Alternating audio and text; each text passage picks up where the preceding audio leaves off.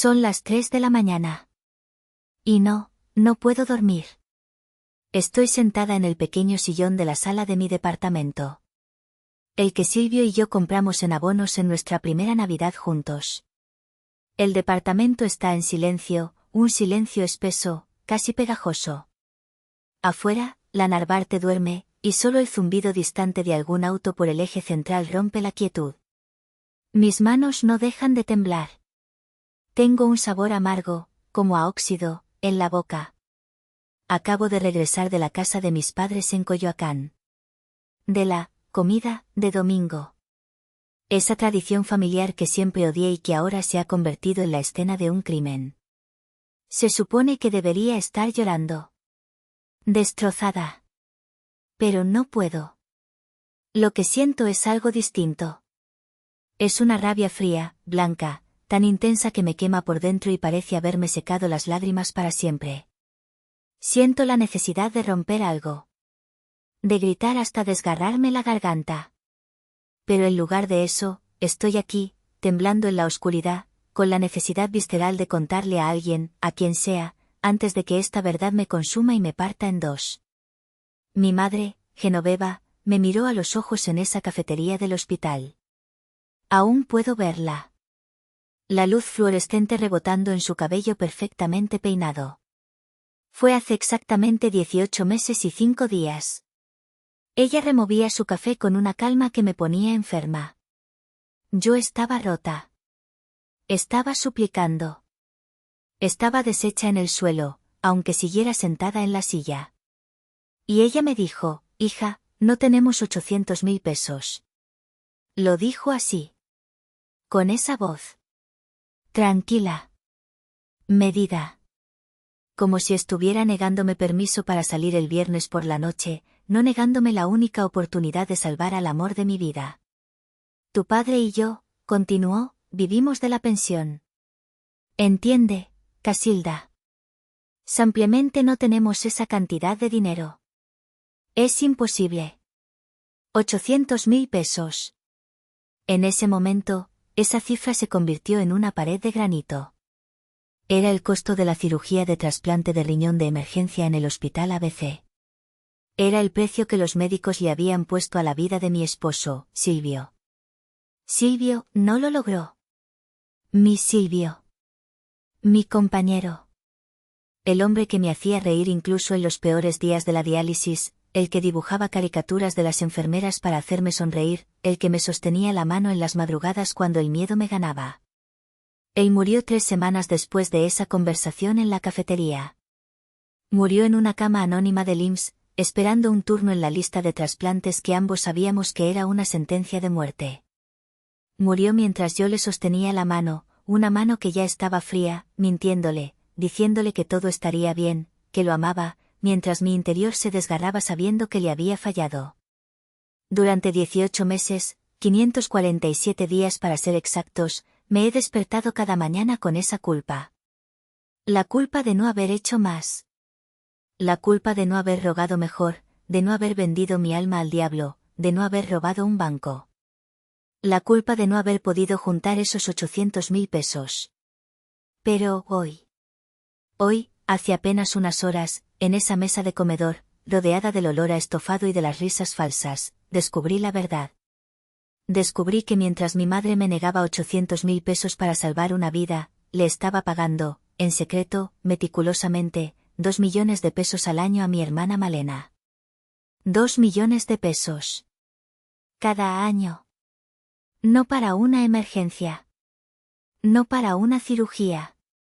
Para pagar la colegiatura de una escuela privada, FESA. Para que mis sobrinos, Gaspar y Mauro, pudieran ir al Instituto Pedregal a tomar clases de mandarín y equitación, y para que mi madre pudiera presumir de ello en sus reuniones de café. Mi esposo no murió porque mi madre fuera pobre. Murió porque mi madre es un monstruo. Murió porque ella sopesó la vida de Silvio contra el estatus social que le daba Malena, y decidió que la vida de mi esposo valía menos. La rabia que siento ahora es tan pura, tan primitiva, que me asusta. Siento que podría quemar este edificio.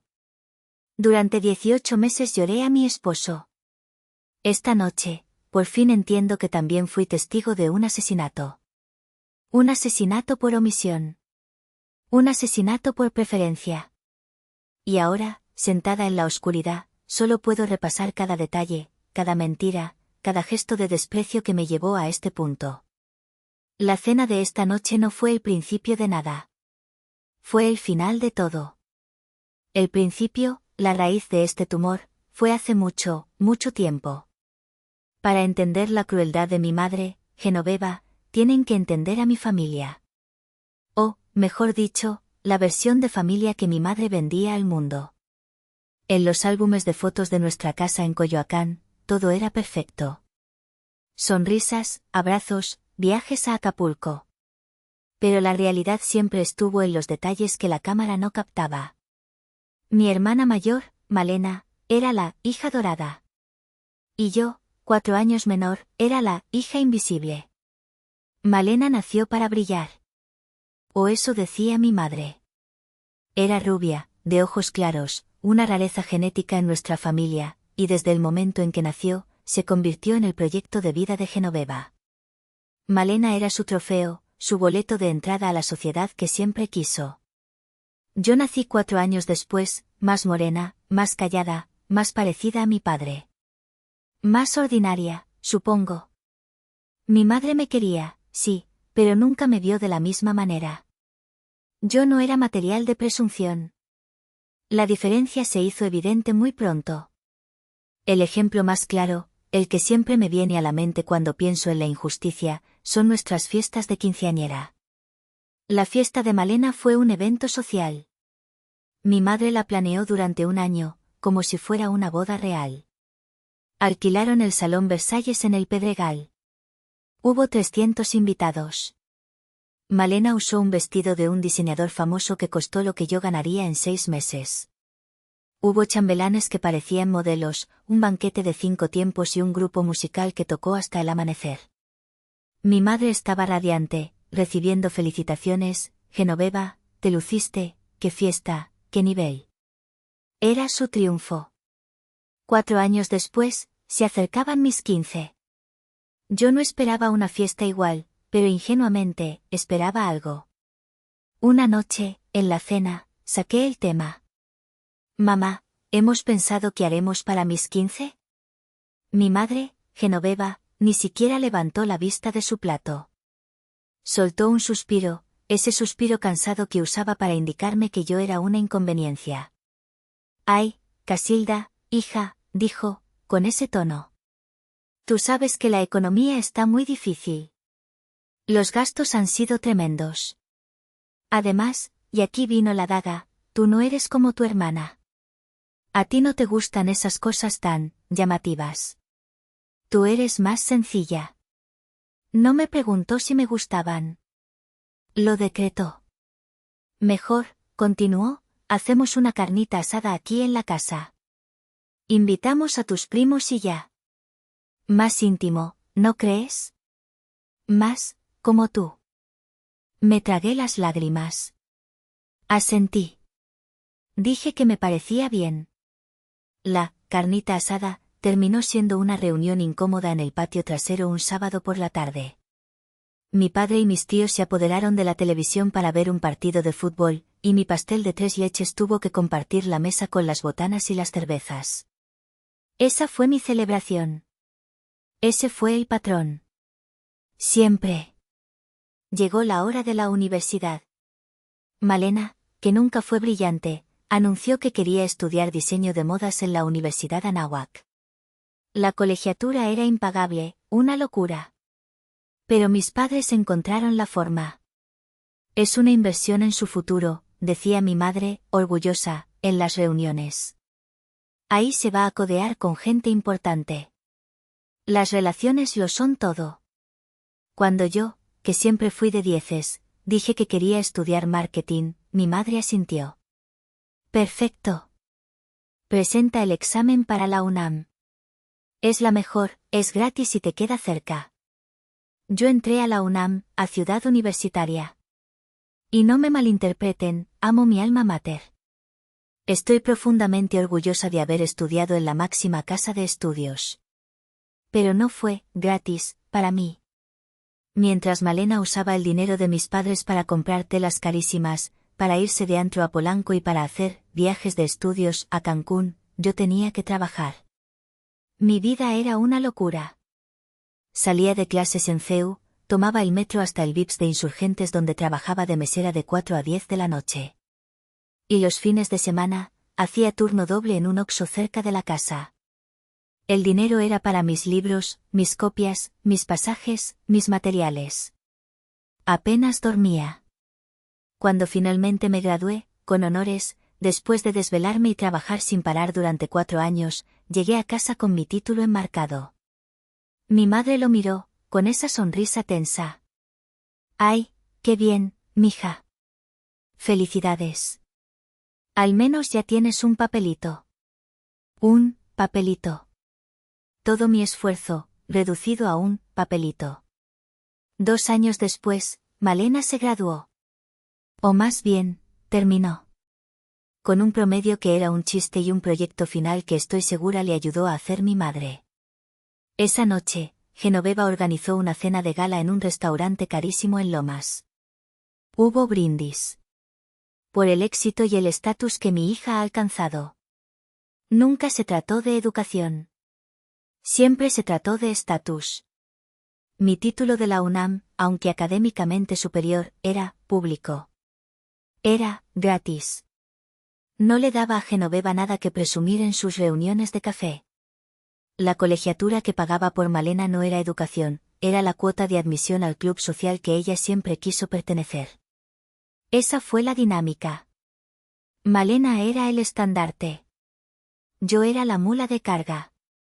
Y esa cruel contabilidad de valor, esa preferencia descarada por la apariencia sobre la sustancia, fue la que, años después, sentenció a muerte a mi esposo. Conocí a Silvio en mi último año de universidad, en una fiesta de un amigo en común. Él era diseñador gráfico, un hombre tranquilo, profundamente amable, con un sentido del humor irónico que conectó inmediatamente con mi seriedad. Con él, por primera vez en mi vida, no me sentí invisible. Él me veía. Veía mi esfuerzo, celebraba mis logros, y se reía de mis manías. Nos casamos en una ceremonia civil muy pequeña, con una comida en un restaurante en el centro histórico. Fue uno de los días más felices de mi vida. Mi madre, Genoveva, por supuesto, no pudo evitar hacer un comentario. Muy sencillo todo, ¿verdad, hija? Muy bohemio. Pero bueno, si ustedes son felices. Éramos felices. Increíblemente felices. Conseguimos un crédito hipotecario y compramos nuestro pequeño departamento en la Narvarte. Trabajábamos duro. Él como freelance, consiguiendo clientes poco a poco, yo, escalando posiciones en la empresa de software donde había entrado como becaria. Nuestra vida era modesta, sin lujos. Pagábamos la hipoteca, el supermercado, y si sobraba, íbamos al cine o a cenar a un lugar de tacos que nos encantaba. Hablábamos de tener hijos, de comprar un perro. Teníamos planes. La pesadilla comenzó de forma sutil, hace casi 4 años. Silvio empezó a sentirse cansado. Un cansancio que no se iba, ni durmiendo 12 horas. Luego empezó la hinchazón en los tobillos. Lo atribuimos al estrés, a las malas noches. Estoy trabajando demasiado, decía él. Hasta que un día, se desmayó en su estudio. Lo encontré tirado junto a su escritorio. Corrimos al hospital, a la clínica del IMSS que nos correspondía. Las horas en la sala de espera, el olor a desinfectante, la burocracia. Y finalmente, el diagnóstico. Fue un golpe seco, directo al estómago. Insuficiencia renal crónica. Sus riñones están fallando, Casilda, me dijo el nefrólogo, un hombre mayor con cara de agotamiento crónico. Están funcionando a menos del 20%. Necesita diálisis. Inmediatamente. Y necesita entrar en la lista de espera para un trasplante de riñón. Y así, de un día para otro, nuestra vida feliz y normal se convirtió en un calendario de citas médicas. 3 veces por semana, sin falta, martes, jueves y sábado, pasábamos 4 horas en la unidad de diálisis del Seguro Social. Yo lo llevaba, me sentaba a su lado mientras trabajaba en mi laptop, y luego lo llevaba de regreso a casa, exhausto. No voy a quejarme del IMSS. Los médicos y las enfermeras que nos atendieron fueron unos héroes. Hicieron todo lo que pudieron con los recursos limitados que tenían. Pero el sistema está roto. La lista de espera para un trasplante de riñón no es una lista, es un purgatorio. Pasan los meses, luego los años. Ves a gente llegar más enferma que tú, y ves a gente, simplemente, dejar de ir. Silvio fue increíblemente valiente. Nunca se quejó. Seguía trabajando en su laptop desde la silla de diálisis, bromeando con las enfermeras, diciéndome, de esta salimos, casi. Vas a ver. Ya nos toca nuestro número en la tómbola. Y yo le creía. Yo quería creerle. Pero después de 2 años de lucha, su cuerpo no pudo más. Sucedió de repente. Una mañana, despertó temblando, con una fiebre altísima. El catéter de la diálisis se había infectado. Una septicemia. Corrimos a urgencias. Lo estabilizaron, pero fue una batalla. Estuvo en terapia intensiva 3 días. Cuando salió, el nefrólogo que lo había tratado desde el principio me llamó a su consultorio. Se sentó frente a mí, con los hombros caídos.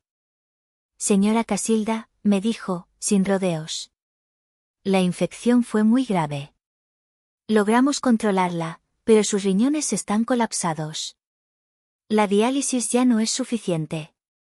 Su esposo ya no puede esperar en la lista.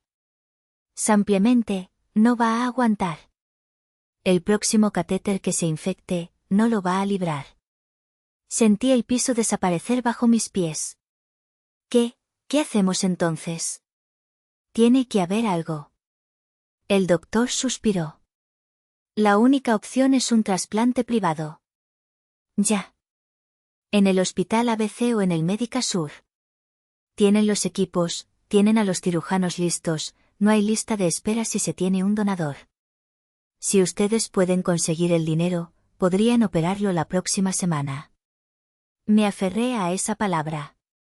¿Dinero? ¿Dinero? ¿Cuánto dinero? El doctor tomó una pluma y escribió un número en un recetario. Para la cirugía, la hospitalización, los medicamentos de inmunosupresión iniciales, van a necesitar aproximadamente 800.000 pesos. Miré la cifra. 800,000, era astronómica. Era imposible. Era nuestra única oportunidad. Lo conseguiré, le dije al doctor, aunque mi voz fue un hilo. Le juro que lo conseguiré. Salí de ese consultorio con una misión. Tenía que salvar al hombre que amaba. Y solo había un lugar al que podía recurrir por esa cantidad de dinero. Lo primero que hice fue correr al banco. Silvio y yo, en 8 años de matrimonio, habíamos logrado juntar 150.000 pesos en una cuenta de ahorros. Era nuestro fondo para emergencias. Qué ingenua había sido. Esto no era una emergencia, era un apocalipsis. Sacamos ese dinero. Luego, pusimos a la venta nuestro auto, un Suru viejo que nos había servido fielmente. Un coyote nos dio 30.000 pesos por él. Ni siquiera regateé. 180.000. Nos faltaban 620.000. Llamamos a los bancos para pedir préstamos personales. Nos reímos amargamente. Con la deuda de la hipoteca y sin propiedades adicionales que dejar en garantía, los bancos nos ofrecían, como máximo, 50.000 pesos. Una burla. El tiempo corría. Silvio estaba cada vez más débil. La fiebre volvía por las noches. Cada día que pasaba, la oportunidad se cerraba. Con el estómago hecho un nudo y el orgullo hecho pedazos, tomé el teléfono y llamé a mi madre. Mamá, necesito verte. Es urgente. Es sobre Silvio. ¿Podemos vernos? Por favor. Su suspiro de fastidio se escuchó al otro lado de la línea. Ay, Casilda. Estoy en medio de 1000 cosas. ¿No puede esperar? No, mamá. No puede esperar. Es de vida o muerte. Quedamos de vernos en la cafetería del hospital. Una de esas franquicias genéricas que huelen a desinfectante y a café quemado. Yo no había dormido en 2 días. Seguramente me veía como un fantasma. Mi madre, Genoveva, llegó tarde, como siempre. Luciendo impecable, con su bolsa de marca y su mascada de seda. ¿Qué pasó, hija? ¿Por qué tanta urgencia? Me sacaste de mi clase de yoga. ¿Qué es tan grave? Y entonces, me rompí. Se lo solté todo. La septicemia. La lista de espera. La única oportunidad en el hospital privado. Y la cifra. Mamá, son 800.000 pesos. Es la vida de Silvio. Los médicos dicen que no le quedan semanas si no lo operamos. Ya tenemos el donador, solo falta el dinero. Por favor, mamá, te lo ruego. Te lo suplico. Ayúdanos. Yo estaba llorando a mares, un llanto feo, ruidoso, sin importarme la gente alrededor. Estaba, metafóricamente, de rodillas en ese piso sucio de linóleo, suplicando por la vida de mi esposo. Genoveva me escuchó en silencio. Su expresión no cambió. Ni un músculo de su cara se movió. Con una calma que me heló la sangre, tomó la cucharita y removió su café. Un café que ni siquiera estaba tomando. Levantó la vista y me miró. Fríamente. Hija, dijo, y su voz fue como un golpe seco. Entiende. Tu padre y yo vivimos de nuestra pensión. Simplemente no tenemos esa cantidad de dinero. Pero mamá, traté de insistir. Un préstamo, lo que sea. 800.000 pesos, me interrumpió, como si el simple hecho de decir la cifra fuera un insulto. Es una cantidad absurda, Casilda. Además, hija, seamos realistas. Se inclinó sobre la mesa, su voz bajó a un susurro conspirador. Esos doctores nunca te dan garantías. ¿Tú sabes lo que es un trasplante? Es muy riesgoso. ¿Y si pagamos todo eso, y la cirugía sale mal? ¿Y si el cuerpo rechaza el riñón? Sería. Hizo una pausa, buscando la palabra. Sería tirar el dinero. Un riesgo demasiado grande. Me quedé helada. ¿Un riesgo? ¿Tirar el dinero? Estábamos hablando de la vida de Silvio. Mamá, es su vida, susurré, sintiendo como la náusea subía por mi garganta. Ella suspiró, con esa impaciencia que yo conocía tan bien, la que usaba cuando yo no entendía sus lógicas de adulto. Casilda, tienes que ser fuerte. Tienes que prepararte para, bueno, para la realidad. La gente se enferma. La gente se muere. Así es la vida. No podemos hipotecar nuestro futuro, nuestra tranquilidad, por una posibilidad. Me dio una palmadita en la mano. Su mano estaba tibia, la mía, helada. Anda, tómate tu café. Tienes que ser práctica. Ver qué sigue. ¿Qué sigue? Repetí, atónita. Sí. Ver los arreglos. Ya sabes. Se levantó, sacó un billete de su cartera para pagar su café y me dio otro beso al aire. Tengo que irme. Heriberto me espera para comer. Sé fuerte, mija. Ya verás que todo pasa. Y se fue. Me quedé sentada en esa silla de plástico, temblando, viéndola salir de la cafetería, sin mirar atrás. Acababa de ponerle precio a la vida de mi esposo. 800.000 pesos. Y había decidido que era demasiado caro. Silvio falleció 3 semanas después. En la madrugada de un martes. La fiebre regresó, la infección se generalizó y su corazón, simplemente, no aguantó más. Murió en la cama 308 del ala de nefrología. Sus últimas palabras fueron un susurro ahogado: no llores, casi. Te amo. Yo le sostuve la mano hasta que se enfrió. Y en ese momento, supe que no solo había perdido a mi esposo. También había perdido a mi madre.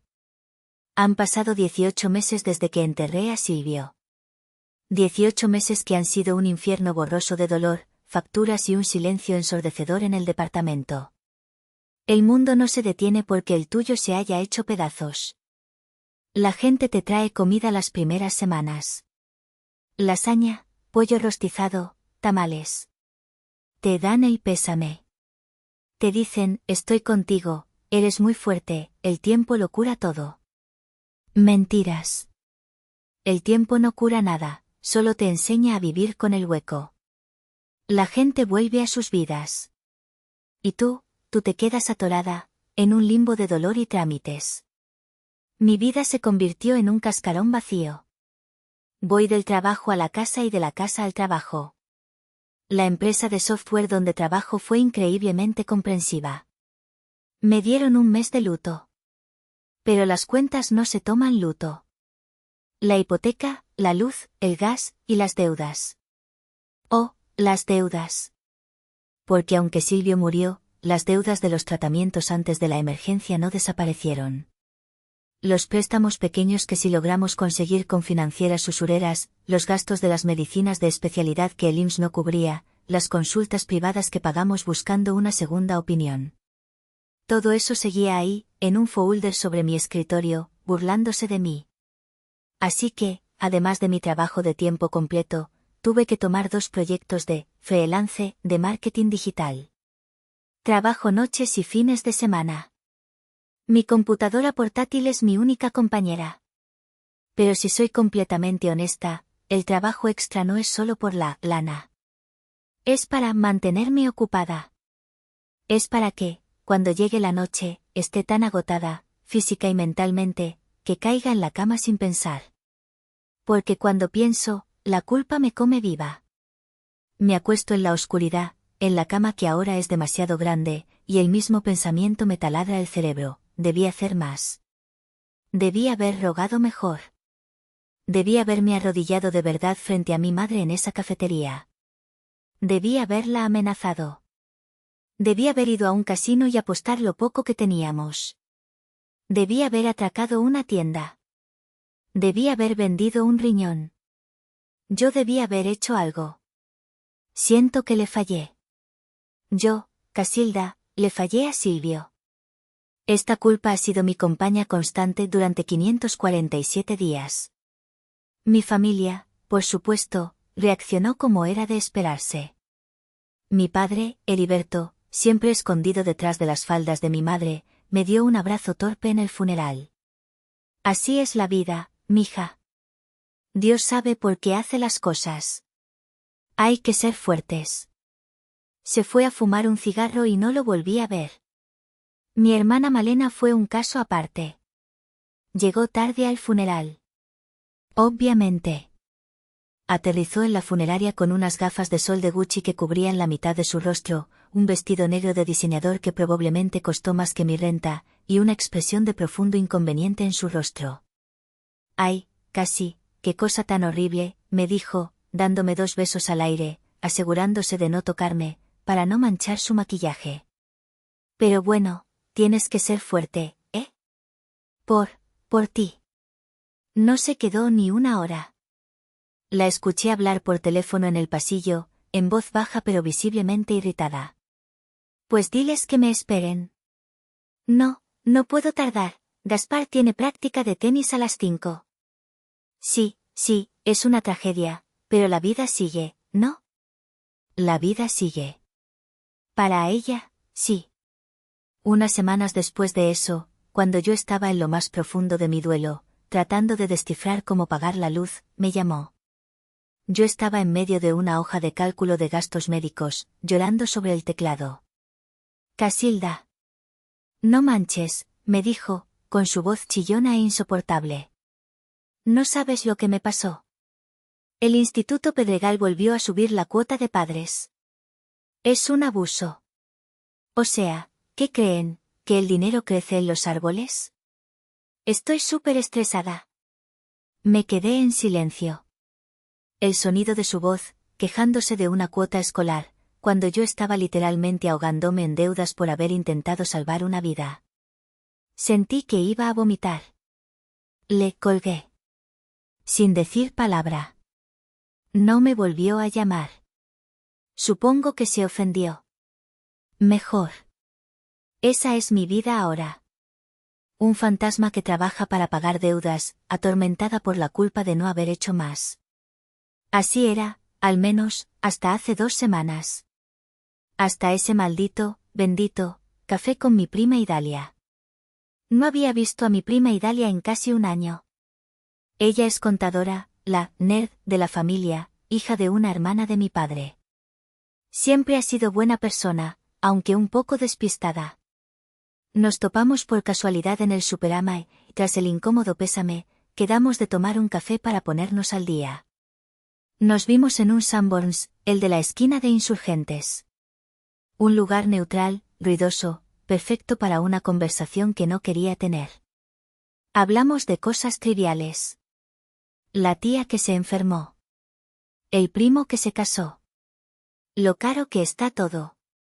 Y entonces, Idalia, en su inocencia, en su absoluta falta de malicia, dejó caer la bomba que hizo estallar mi mundo.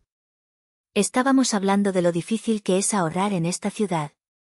Ay, ni me digas, dijo ella, dándole un sorbo ruidoso a su capuchino. Yo lo veo todos los días en el trabajo. Las colegiaturas, los gastos, todo está por las nubes. Por cierto, y aquí sonrió, qué increíble tu mamá Genoveva, ¿eh? En serio, qué admirable. La miré, confundida. La bilis subió por mi garganta. ¿Mi mamá? ¿Admirable? ¿Por qué lo dices? Pues por todo lo que hace por ustedes, dijo, como si fuera obvio. Es una súper abuela. Y una súper mamá. Bueno, sí, dije yo, pensando que se refería a que les compraba regalos caros a mis sobrinos. Supongo. Es, atenta. Idalia se rió, una risa genuina, como si yo estuviera bromeando. No, Casilda, lo digo en serio. No cualquiera hace lo que ella hace. Yo me enteré en la oficina, ya sabes, en contabilidad, que ayudó a Malena con lo de la escuela de los niños, que es un dineral, y también supe que los apoyó muchísimo a ustedes bueno, con todo lo de Silvio. Qué bendición tener esos padres, la verdad. En las buenas y en las malas. El mundo se detuvo. El murmullo del restaurante. El tintineo de los platos. El aire acondicionado. Todo se desvaneció. Mi taza de café se quedó a medio camino de mi boca. Sentí un frío glacial que me recorrió la espalda, a pesar del calor del lugar. Idalia, dije, y mi voz sonó extraña, lejana, como si viniera de un pozo. ¿De qué estás hablando? Ella me miró, y su sonrisa se desvaneció lentamente, reemplazada por una confusión total. Pues, de eso. De que tu mamá las apoya a las dos. ¿Qué? No, la interrumpí, bajando la taza lentamente. El pulso me martilleaba en los oídos. Mis papás no me ayudaron con Silvio. Para nada. Me dijeron, explícitamente, que no tenían dinero. La cara de Idalia se transformó. Se puso pálida. Más pálida que yo. Se dio cuenta, en ese instante, de que había metido la pata. Y lo había hecho a lo grande. Ay, Casilda, empezó a tartamudear. No. No me digas eso. Yo pensé que... Ay, Dios mío. ¿Qué pensaste, Idalia? ¿Qué te dijeron? ¿Qué sabes? La agarré de la muñeca, más fuerte de lo que pretendía. Necesitaba saber. Dímelo. Casilda, es que, yo trabajo en la administración del Instituto Pedregal. Donde van Gaspar y Mauro. Mi voz era un gruñido. Y, yo veo los pagos. Yo proceso las transferencias. Yo pensé que era un arreglo familiar. Yo pensé que como tu mamá pagaba lo de Malena, que es una fortuna, pues obviamente también te había ayudado a ti con lo de Silvio, que era 1000 veces más grave. Dejé de respirar. ¿Pagar lo de Malena? Idalia cerró los ojos, como si le doliera físicamente lo que iba a decir. Casilda, tu mamá no ayuda a Malena con la escuela. Ella paga la escuela completa. La colegiatura de ambos niños. La acabo de procesar la semana pasada. El pago anual. Por adelantado. Sentí que me iba a desmayar. La habitación daba vueltas. ¿Cuánto es, Idalia? Dime la verdad. Ella me miró, con lágrimas de pánico en los ojos. Son 2 millones de pesos al año, Casilda. 2 millones de pesos. Dejé caer la taza. Se estrelló contra el plato, rompiéndolo, y luego cayó al suelo, esparciendo café y pedazos de cerámica por todas partes. La gente nos volteó a ver. Un mesero corrió hacia nuestra mesa. Pero yo no oía nada. No veía nada. Solo oía esas dos palabras resonando en mi cabeza, una y otra vez, como un martillo. 2 millones. 2 millones para la escuela. Y 800.000 para salvar una vida eran un riesgo demasiado grande. No puede ser, susurré, temblando, mientras el mesero limpiaba el desastre a mis pies. No puede ser. Me estás mintiendo. Mi madre no tiene ese dinero. Ella vive de su pensión. Me lo dijo. Me lo juró. Idalia negó con la cabeza, con lágrimas de genuina angustia en los ojos. Casilda, te juro por mi vida. Yo vi los recibos. Vi la transferencia bancaria. Vi el nombre de tu madre, Genoveva. No es la primera vez. Lleva haciéndolo, creo que desde que Gaspar entró a la primaria. Lleva como 5 años pagando. 5 años. 5 años multiplicados por 2 millones de pesos al año. La matemática era simple y brutal. 10 millones de pesos. Casi medio millón de dólares. 10 millones de pesos gastados en una escuela, fresa, para que mis sobrinos aprendieran a ser tan superficiales como su madre. Mientras yo vendía mi suru por 30.000 pesos, mientras mi esposo moría en un hospital público porque no pudimos juntar 800.000, mi madre había elegido gastar, 10 millones de pesos en la vanidad de mi hermana. No sé cómo salí de esa cafetería. No recuerdo haber pagado. Creo que Idalia lo hizo. Solo recuerdo caminar por la avenida de los Insurgentes, sorda, ciega, con el recibo imaginario de 2 millones de pesos quemándome en la mente. Llegué a mi departamento y me senté en el piso de la sala. Por horas. En silencio. La rabia era tan intensa que me paralizaba. No podía llorar. No podía gritar. Solo podía temblar. Y entonces, mientras el sol se metía y la habitación se oscurecía, una duda aún más oscura, más venenosa, se instaló en mi mente. Si mi madre mintió sobre el dinero, ¿en qué más mintió? ¿Fue solo ella? ¿O mi padre, Heriberto, también lo sabía? Temblado, tomé el teléfono y marqué un número que no había marcado en semanas. El de mi suegra. La madre de Silvio, Berta.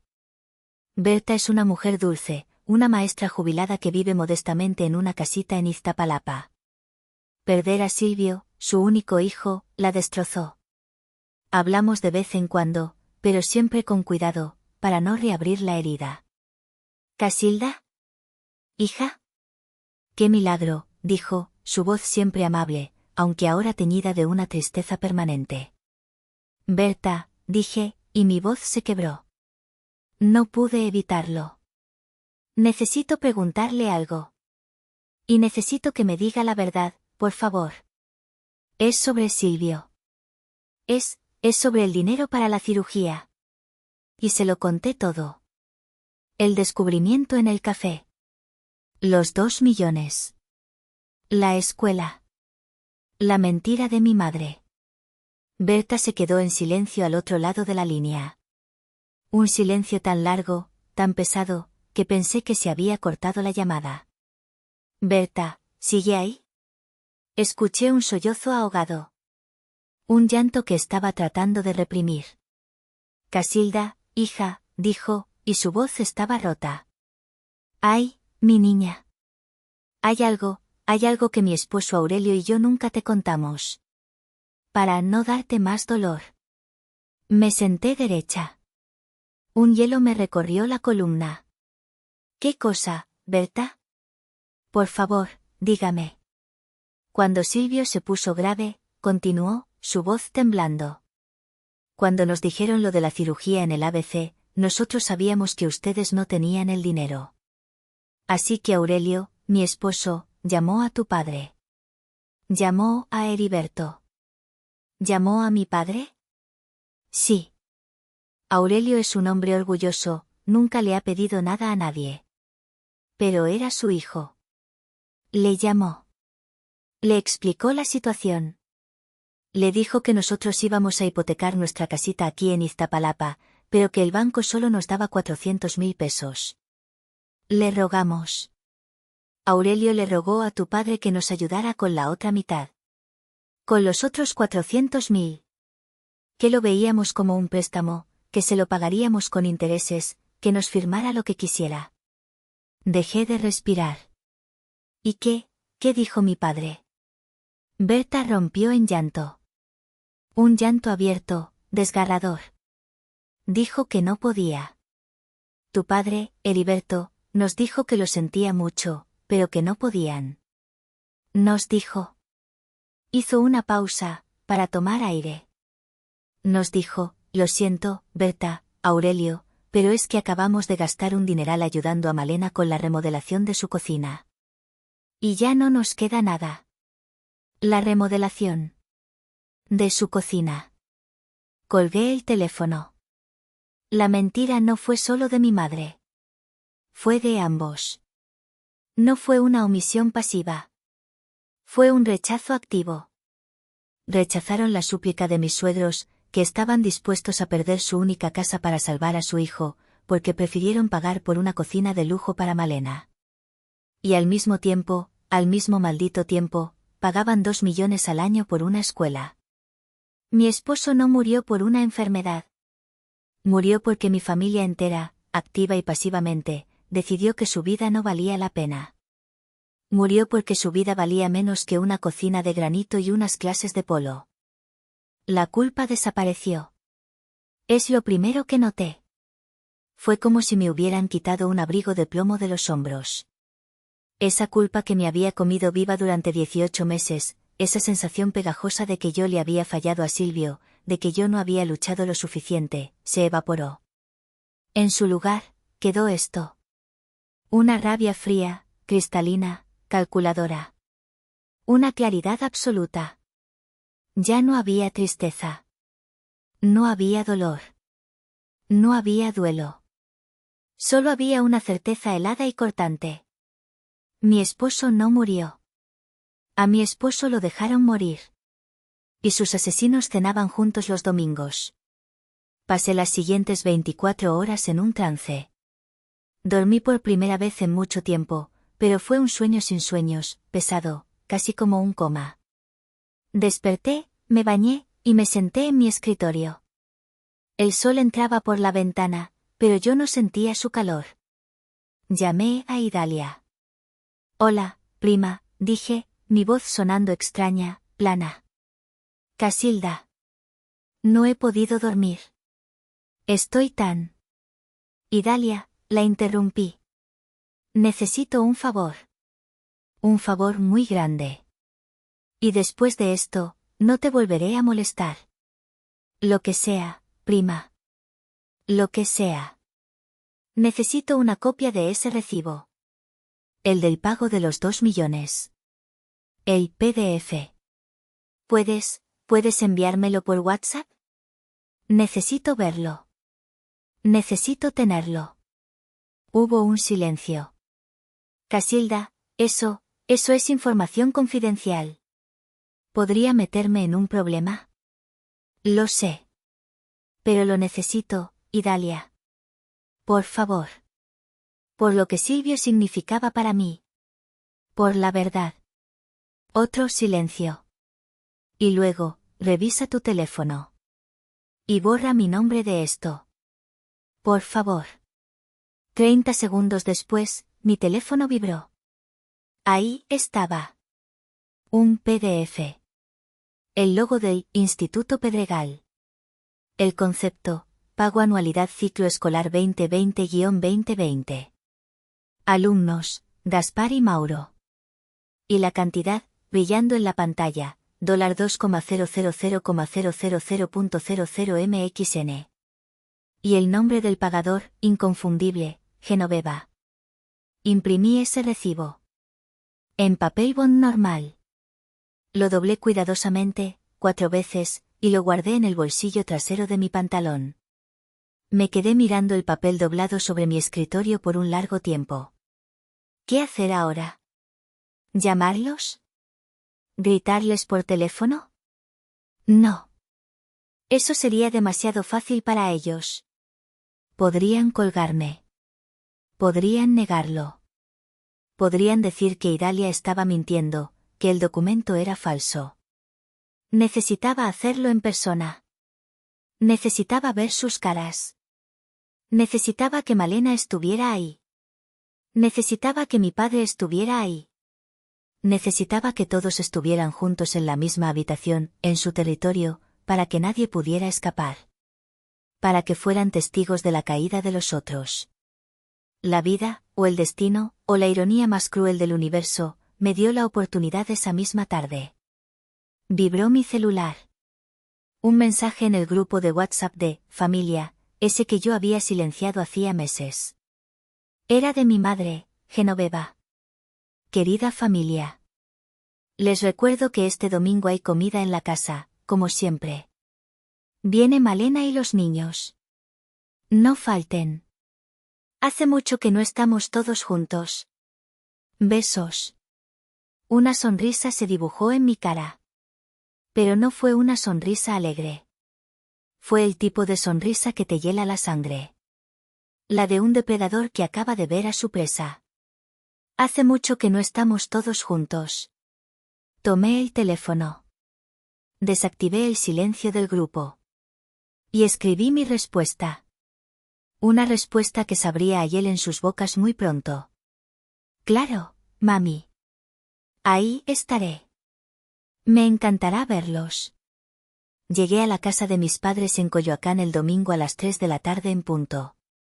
Era la hora de la comida. El sol pegaba fuerte. La camioneta de lujo de Malena, una Suburban blanca que costaba más que mi departamento, ya estaba estacionada en la entrada, bloqueando el paso. Me estacioné en la calle, en mi March modesto. Me tomé un segundo en el auto. Respiré profundo. El aire olía a jacarandas y a humo de la Ciudad de México. Metí la mano en la bolsa de mi saco. Sentí el papel doblado. El recibo. Era real. Estaba ahí. Era mi talismán. O mi arma. Me bajé y caminé hacia la puerta. Entré sin tocar. Era la costumbre. La casa estaba como siempre. Llena de muebles que no usaban, impecable, silenciosa a pesar del ruido. Los gritos de mis sobrinos, Gaspar y Mauro, venían del jardín trasero, donde jugaban en un brincolín que seguramente costó una fortuna. El olor a estofado de mi madre, su plato estrella, venía de la cocina. Todo era exactamente igual que cientos de domingos antes. Una escena de familia feliz. Una mentira perfecta. Casilda. ¡Qué milagro!, gritó mi madre desde la cocina. Salió a recibirme, secándose las manos en un mandil impecable, con una cuchara de madera en la mano. Se acercó a darme un beso. Giré la cara instintivamente. El beso tronó en el aire, cerca de mi oreja. Ella me miró extrañada, pero lo dejó pasar. Pasa, hija, pasa. Estamos a punto de comer. Qué bueno que viniste. Te dije que vendría, dije, mi voz sonó más plana de lo que esperaba. Mi padre, Heriberto, estaba en su sillón de siempre, en la sala de televisión, viendo el fútbol con el volumen bajo. Hola, mija, dijo, sin quitar los ojos de la pantalla. Un saludo que era una formalidad. Malena estaba en el comedor, con el teléfono pegado a la oreja, poniendo la mesa con una mano y hablando a gritos con la otra. No, o sea, le dije que es inaceptable. El hotel en Vail tiene que tener vista a la montaña. Si no, cancela todo, no me importa. ¿Me oyes? Me vio. No colgó. Solo levantó la mano en un saludo vago y siguió con su drama telefónico. Me senté a la mesa. En mi lugar de siempre. La silla coja que nunca arreglaban. La hija invisible. Comimos. La conversación, como siempre, giraba en torno a un solo sol, Malena. Y entonces le dije al entrenador de polo, contaba Malena, mientras cortaba la carne de su hijo, que Gaspar tiene un talento natural. O sea, el entrenador me dijo que nunca había visto a un niño con ¿cómo dijo? ¿Esa gracia? Ay, mi nieto, es un príncipe, dijo mi madre, con devoción. Y el próximo mes nos vamos a Vail, continuó Malena. A esquiar. Es importante que los niños tengan experiencias internacionales, ¿sabes? Yo comía en silencio. Bocado tras bocado. El estofado, que antes me encantaba, me sabía a ceniza. A metal. A mentiras. Mamá, este estofado está delicioso, dijo Malena, después de colgar su llamada. Pero oye, hablando de Vail, fíjate que las reservaciones están carísimas. ¿Crees que podamos, ya sabes, adelantar un poco lo del próximo año? ¿Es que los boletos de avión están por las nubes? Mi madre sonrió con devoción absoluta. Lo que necesites, mi reina. Ya sabes que tu padre y yo. Fue entonces cuando Genoveva pareció notar, por primera vez en una hora, mi silencio. Dejó de mirar a su hija dorada y su mirada cayó sobre mí. Casilda, estás muy callada, hija, dijo, con ese tono condescendiente que yo tanto odiaba. Ese tono que usaba para tratarme como a una niña tonta o a una invitada incómoda. ¿Todo bien en el trabajo? ¿Sigues con tus 2 proyectitos esos de freelance? Proyectitos. Así llamaba a las noches de desvelo que me pagaban la hipoteca. La mesa se quedó en silencio. Malena me miró con aburrimiento, esperando mi respuesta monosilábica para poder seguir hablando de Vail. Mi padre seguía viendo la tele. Dejé los cubiertos lentamente sobre el plato. El tenedor y el cuchillo hicieron un pequeño clic contra la cerámica. En el silencio, sonó como un disparo. Levanté la vista y miré a mi madre. Directamente a los ojos. El trabajo va bien, mamá.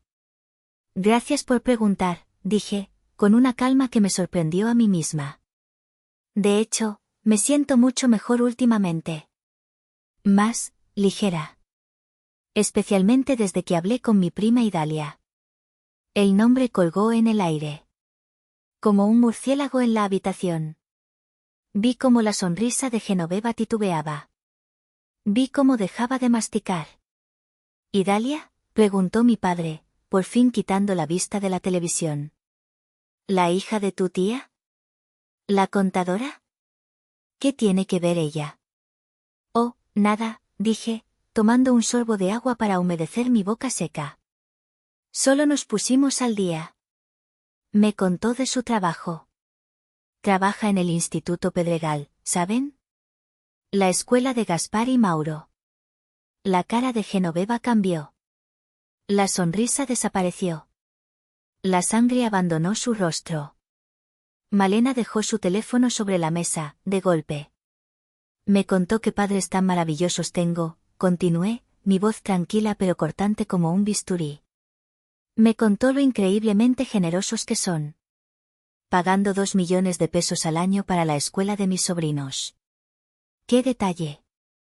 El silencio que cayó sobre la mesa fue absoluto. Fue un silencio denso, pesado, violento. Se podía oír el zumbido del refrigerador desde la cocina. Mi padre, Heriberto, dejó caer el tenedor. Golpeó el plato con un ruido sordo, haciendo saltar un chícharo. Malena fue la primera en reaccionar. Su rostro pasó del blanco pálido al rojo de la furia en un segundo.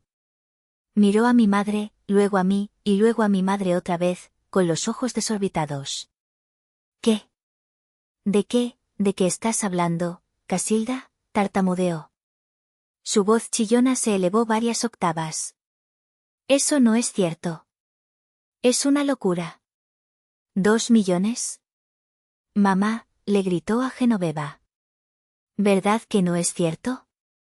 Tú me dijiste que era solo una ayuda con la inscripción. Tú me dijiste.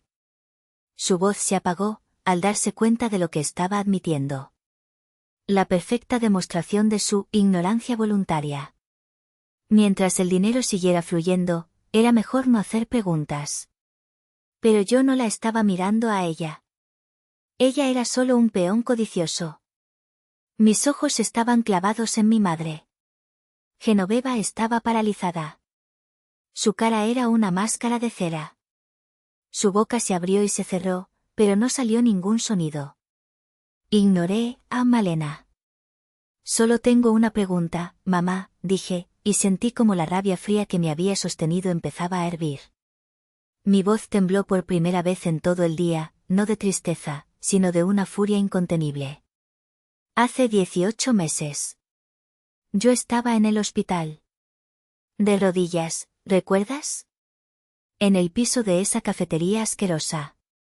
Te rogué. Te supliqué. No por un lujo, no por una escuela. Te supliqué por la vida de mi esposo. Te pedí 800.000 pesos para salvarle la vida a Silvio. Genoveva empezó a negar con la cabeza, sus ojos llenándose de un pánico que no era por mí, era por ella. Por haber sido descubierta. Casilda, yo, no era. Y me dijiste que no tenías dinero, grité, poniéndome de pie de golpe. La silla se raspó violentamente contra el suelo, casi cayendo. La fuerza de mi voz hizo que mis sobrinos, que se habían asomado desde el jardín, corrieran a esconderse. Me dijiste que vivían de su pensión. Me dijiste que era tirar el dinero. Mi voz llenó la habitación. Ya no era la hija invisible. Era un fantasma que había vuelto a cobrar sus deudas. Me mentiste. Metí la mano en la bolsa de mi saco. Saqué el papel doblado. El recibo. Y lo arrojé al centro de la mesa. Cayó justo al lado de la fuente del estofado. ¿No tenías dinero? ¿Vivías de la pensión? Aquí están tus 2 millones de pesos, mamá. Aquí está la colegiatura de lujo de Malena. Aquí está la prueba de que preferiste pagar por clases de polo que por la vida de mi esposo. Malena agarró el papel. Lo desdobló con manos temblorosas. Sus ojos leyeron la cifra. 2 millones, susurró, y luego me miró con odio. Tú hiciste esto. Tú lo sabías, le grité de vuelta. No te hagas la tonta. ¿Creíste que esa escuela se pagaba sola con tu ayuda? Yo no sabía que era tanto, chilló ella. Y yo no sabía lo de Silvio. Yo no tengo la culpa. Claro que no sabías, me burlé, con una risa que sonó rota. Estabas demasiado ocupada quejándote de las cuotas como para preguntar de dónde venía la lana. Me volví hacia mi padre. Él estaba encogido en su silla, pálido. ¿Y tú?, le escupí. Tú eres peor. Porque tú ni siquiera tuviste el valor de mentirme en la cara. Rechazaste a mis suegros. Rechazaste a Berta y a Aurelio. Dejaste que esa pobre gente hipotecara su casa, la única casa que tienen, mientras tú pagabas la cocina de lujo de Malena. Me dan asco. Todos ustedes. El caos se desató. Mis sobrinos, Gaspar y Mauro, entraron corriendo desde el jardín, asustados por los gritos, y se abrazaron a las piernas de Malena, que ahora lloraba ruidosamente, más de humillación que de arrepentimiento. «¿Ves lo que haces?», me gritó Malena, señalándome. «Estás asustando a mis hijos. Eres una envidiosa. Siempre has estado celosa de mí». «¿Asustando a tus hijos?», repetí, incrédula. La absurdidad de sus palabras era impresionante. «¿Eso es lo que te preocupa? ¿Que tus hijos, que van a una escuela de 2 millones de pesos, se asusten? Mi esposo está muerto, Malena». «¿Muerto? ¿Entiendes esa palabra?». Mi madre, Genoveva, finalmente encontró su voz. Pero no era una voz de arrepentimiento. Era una voz de justificación. La voz de una mujer acorralada. «Casilda, no entiendes», gritó, poniéndose de pie también. Su cara estaba roja. Las lágrimas corrían por su rostro, pero eran lágrimas de rabia, no de tristeza. «Tú no sabes lo que es tener esta responsabilidad. Tú no sabes lo que es cuidar de esta familia». «¿Responsabilidad? ¿De qué hablas?». «¿Responsabilidad de qué?». La cirugía de Silvio no era segura, escupió las palabras. Las palabras que me había dicho en la cafetería, pero ahora gritadas para que todos las oyeran. Los propios doctores no daban garantías. Lo dijeron. ¿Qué querías que hiciéramos? ¿Que arrojáramos 800.000 pesos a la basura por algo que probablemente no iba a funcionar? Me quedé sin aliento. La crudeza. La frialdad. Oírlo de nuevo, tan abiertamente. Era dinero tirado a la basura, repetí, mi voz ahora un susurro mortal. Sí, afirmó ella, envalentonada, sintiendo que su lógica era impecable. Un riesgo. Un riesgo que no estábamos dispuestos a correr. En cambio, la educación de Gaspar y Mauro es una inversión. Es algo tangible. Es su futuro. Es el futuro de esta familia. Algo que tú y tú, matrimonio fallido, no entendieron. Matrimonio fallido, dije. El insulto fue tan profundo, tan innecesario, que apenas pude procesarlo. Fue entonces cuando mi padre, Heriberto, el hombre silencioso, el cobarde, decidió intervenir. «Ya cállate, Casilda», gritó, golpeando la mesa con el puño. Los platos saltaron. Su cara estaba roja de una furia que no le conocía. «¿Quién te crees que eres para venir aquí a nuestra casa a gritarnos? Era nuestro dinero. Nuestro. Ganado con nuestro esfuerzo. Y nosotros decidimos en qué gastarlo». Lo miré. Al hombre que se suponía debía protegerme. El hombre que se escondió detrás de las faldas de mi madre. Decidieron gastarlo en una cocina, le dije, mi voz fría como el hielo. «¿Y si así fue, qué?», rugió. «Era nuestro derecho. Malena y sus hijos son nuestra familia. Ellos sí nos han dado satisfacciones, no problemas». Y entonces, dijo la frase. La frase que selló su destino para siempre. La frase que borró cualquier posibilidad, por mínima que fuera, de redención. Además, seamos honestos. Silvio de todas formas se iba a morir. Estaba muy enfermo. Iba a pasar tarde o temprano. Era cuestión de tiempo. El aire abandonó mis pulmones. El tiempo se detuvo. El zumbido del refrigerador. El llanto de Malena. El grito de mi padre. Todo se congeló. Se iba a morir de todas formas. Mi esposo. El amor de mi vida. Reducido a eso. Un caso perdido. Un inconveniente. Una muerte inevitable. Malena dejó de llorar y miró a mi padre con horror. Incluso Genoveva pareció darse cuenta del monstruoso, irreparable error que acababa de cometer su esposo. «Heriberto», susurró mi madre, tratando de detenerlo. Pero era demasiado tarde. La bala ya había salido. Y me había dado de lleno en el pecho. Una calma sobrenatural me invadió. La rabia hirviendo se congeló. El dolor agudo se convirtió en una nada absoluta. Ya no sentía nada. Absolutamente nada. Lentamente, sin prisa, me agaché y recogí mi bolsa del suelo. Me la colgué al hombro, ajustando la correa. Me di la vuelta y empecé a caminar hacia la puerta principal. ¿A dónde vas?, gritó Genoveva, con pánico real en su voz por primera vez. Pánico no por mí, no por Silvio. Pánico porque su audiencia se iba. Porque estaba perdiendo el control. Casilda. No hemos terminado de hablar. Vuelve aquí. Me detuve en el umbral de la sala, justo antes de llegar al pasillo de salida. Me giré para verlos por última vez. La escena era un cuadro grotesco. La familia perfecta, destruida. Malena, con el rímel corrido, sosteniendo el recibo de 2 millones de pesos como si fuera una serpiente muerta. Mis sobrinos, escondidos detrás de ella, mirándome con ojos grandes y asustados.